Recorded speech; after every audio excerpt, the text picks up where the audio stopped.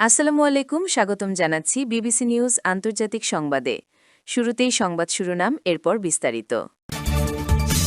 ইরানি হামলা থেকে বাঁচতে পালায় মার্কিন বৃহত্তম রণতরী জেরাল্ড আর ফোর্ড। ইরান যুক্তরাষ্ট্রকে আরও উপহার দিয়েছে ট্রাম্প। হরমুজ প্রণালীতে টোল আরোপের সিদ্ধান্ত অনুমোদন। মার্কিন ও ইসরায়েলি জাহাজ নিষিদ্ধ। ইরানের প্রধান তেল রপ্তানি কেন্দ্র খারক দ্বীপ যেভাবে দখলে নিতে চান ট্রাম্প। দর্শক, এতক্ষণ শুনছিলেন সংবাদ শিরোনাম। এখন বিস্তারিত।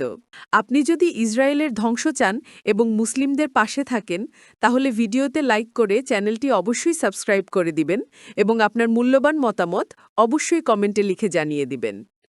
এখন বিস্তারিত। ইরানি হামলা থেকে বাঁচতে পালায় মার্কিন বৃহত্তম রণতরী জেরাল্ড আর ফোর্ড।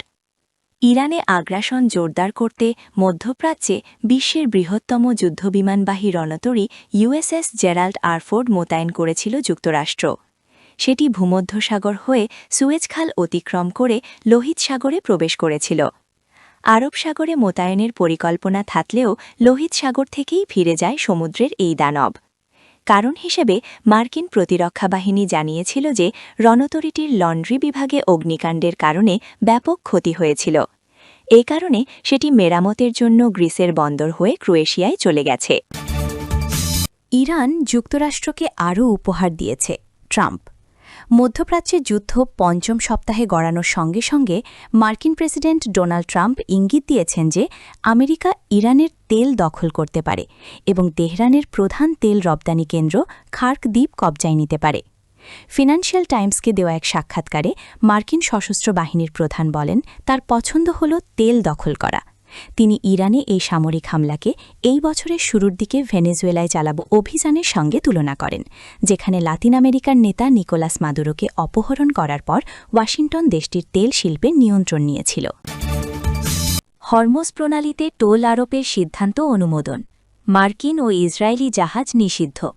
ইরানের পার্লামেন্টের নিরাপত্তা কমিটি হরমুজ প্রণালী দিয়ে চলাচলকারী জাহাজের উপর টোল আরোপের একটি পরিকল্পনা অনুমোদন করেছে। মধ্যপ্রাচ্যে চলমান যুদ্ধের মাত্রা তীব্র হওয়ায় এই গুরুত্বপূর্ণ জলপথে নিজেদের নিয়ন্ত্রণ আরও জোরদার করতেই এই উদ্যোগ নেওয়া হয়েছে। ওয়াল স্ট্রিট জার্নালের প্রতিবেদন থেকে জানা যায়, পরিকল্পনায় মার্কিন যুক্তরাষ্ট্র ও ইসরায়েলের যে কোনো জাহাজের হরমুজ প্রণালীতে চলাচল নিষিদ্ধ করার ব্যবস্থাও রাখা হয়েছে। পার্লামেন্টের নিরাপত্তা কমিশনের এক সদস্যের বারাত দিয়ে ইরানের রাষ্ট্রীয় টেলিভিশন জানিয়েছে, এই পরিকল্পনায় আর্থিক ব্যবস্থা ও রিয়াল ভিত্তিক টোল সিস্টেম চালু করা, ইরানের সার্বভৌম ভূমিকা বাস্তবায়ন এবং প্রণালীর অপর প্রান্তে থাকা ওমানের সঙ্গে সহযোগিতার বিষয়টি অন্তর্ভুক্ত রয়েছে। এর আগে ফার্স নিউজ এজেন্সি পার্লামেন্টের সিভিল অ্যাফেয়ার্স কমিটির চেয়ারম্যানের বারাত দিয়ে জানিয়েছিল, হরমুজ প্রণালী দিয়ে যাতায়াতকারী জাহাজগুলোর নিরাপত্তা নিশ্চিত করতে ইরানের ফি আদায় করা উচিত। ইরানের প্রধান তেল রপ্তানি কেন্দ্র খার্ক দ্বীপ যেভাবে দখলে নিতে চান ট্রাম্প।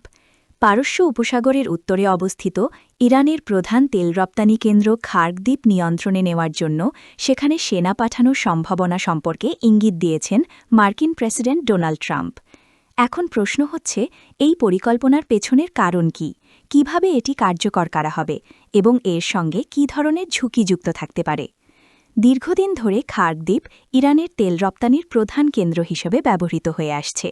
দ্বীপটি উপকূল থেকে কিছুটা দূরে এমন এক গভীর জলসীমায় অবস্থিত, যেখানে very large crude carrier VLCC নামের বিশাল তেলের ট্যাঙ্কারগুলো সহজেই ভিড়তে পারে। প্রতিটি ট্যাঙ্কারে প্রায় 2 লাখ ব্যারেল তেল পরিবহন করা সম্ভব। ইরানের তেল রপ্তানির প্রায় 90% এই খার্ক দ্বীপের মাধ্যমে সম্পন্ন হয়। 1980-র দশকে ইরান-ইরাক যুদ্ধের সময় ইরাকি বিমানবাহিনী এই দ্বীপে ধারাবাহিক হামলা চালিয়েছিল। চলতি বছরের 13 মার্চ যুক্তরাষ্ট্র খার্ক দ্বীপে প্রায় 90টি সামরিক লক্ষ্যবস্তুতে হামলা চালিয়েছে। তবে যুক্তরাষ্ট্র তেলের অবকাঠামোকে সরাসরি লক্ষ্যবস্তু করা থেকে বিরত ছিল। যদি যুক্তরাষ্ট্র খার্ক দ্বীপে অভিযান চালানোর সিদ্ধান্ত নেয়, তবে এটি সম্ভবত সাময়িক পদক্ষেপ হবে। মূল উদ্দেশ্য হবে ইরানের জ্বালানি রপ্তানি বন্ধ করে দেশের ওপর চাপ সৃষ্টি করা, যাতে তারা হরমুজ প্রণালীর ওপর নিয়ন্ত্রণ হ্রাস করে এবং ওয়াশিংটনের দাবিগুলো মেনে নেয়। তবে ইরানি সরকারের কঠোর মনোভাব এবং নতি স্বীকার না করার ইতিহাস বিবেচনায় এই পরিকল্পনার সফলতা নিয়ে যথেষ্ট সন্দেহ রয়েছে।